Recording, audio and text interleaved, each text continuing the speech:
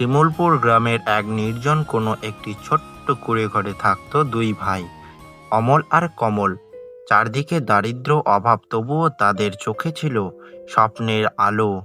অমল ছিল বড় ভাই, কঠোর দায়িত্বে ভরা, আর কমল ছিল একদম শান্ত, পড়াশোনায় ডুবে থাকা এক স্বপ্নবাজ ছেলে। দুজনের স্বভাব আলাদা হলেও তাদের ভালোবাসা ছিল একদম অটুট।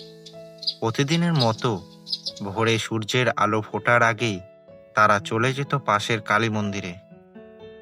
অমল একটু কেঁদে নিয়ে দুহাত জোর করে মায়ের দিকে তাকিয়ে বলতো, মা, আর কতদিন এভাবে চলবে? আমি আর পারছি না।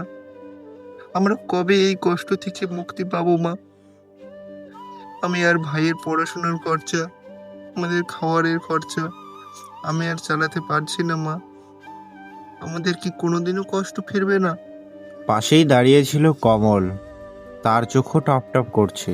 সে বলে, দাদা তুমি চিন্তা করো না, সব ঠিক হয়ে যাবে।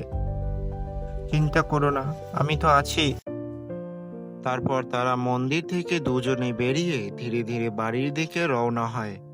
কমল বাড়ি চলে যায়, কিন্তু অমল নদীর পাশে বসে তার মনে একটাই প্রশ্ন ঘুরতে থাকে, সত্যিই কি কোনদিন তাদের কষ্ট শেষ হবে? তোমার কি মনে হয় অমল আর কমলের জীবন বদলাবে? তো কমেন্টে লিখে যাও।